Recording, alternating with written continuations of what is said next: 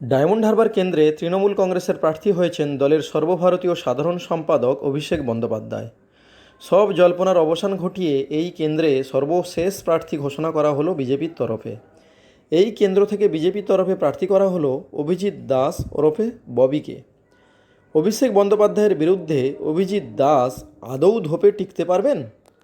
BJP প্রার্থীর সম্বন্ধে জেনে নেব বিস্তারিত তথ্য।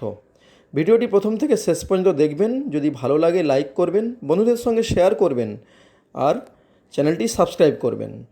সর্বোচ্চ আলোচ্য লোকসভা কেন্দ্রে অভিষেক বন্দ্যোপাধ্যায়ের বিরুদ্ধে প্রার্থী করা হলো কেন্দ্রের আদি নেতা অভিজিৎ দাসকে। শিক্ষাগত যোগ্যতার রিপোর্ট কার্ডে উঁকি দিলে দেখা যাবে কলকাতা ইউনিভার্সিটি থেকে এমএসসি করেন অভিজিৎ দাস। এরপর bachelor in library science degree 2022 সালে এলএলবি করেন বিজেপির প্রার্থী। আইন জগতের কাজের পাশাপাশি তরুণ বয়স থেকেই ভারতীয় জনতা পার্টির সঙ্গে যুক্ত অভিজিৎ। বলা বাহুল্য, একসময় জেলা বিজেপি সভাপতি ছিলেন অভিজিৎ দাস। দক্ষিণ 24 পরগনা জেলায় সংগঠন মজবুত করতে কাজ করছেন দীর্ঘদিন ধরে। তিনি এর আগেও 2009 সালে এবং 2014 সালে বিজেপির টিকিটে এই কেন্দ্র থেকে ভোটে লড়েছিলেন। 2009 সালে পালাবদলের ঠিক আগে এই কেন্দ্রে তৃণমূলের প্রার্থী হয়েছিলেন সৌমেন মিত্র। তার বিরুদ্ধে মাত্র 37,542টি ভোট পান অভিজিৎ।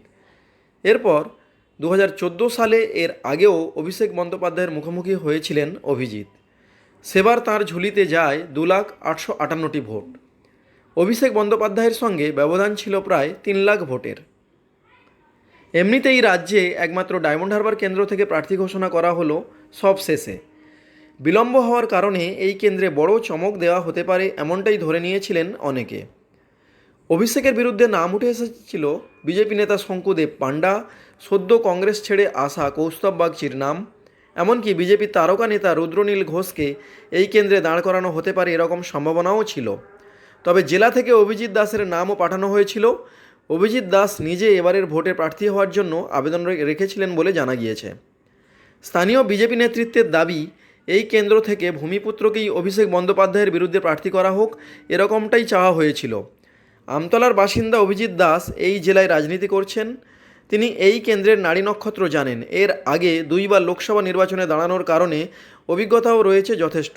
সেই কারণে তাকে প্রার্থী করায় খুশি জেলা বিজেপি নেতৃত্ব। তবে তৃণমূলের অন্যতম হেভিওয়েট প্রার্থী অভিষেক বন্দ্যোপাধ্যায়কে কি জোর টক্কর দিতে পারবেন বিজেপির ববিদা?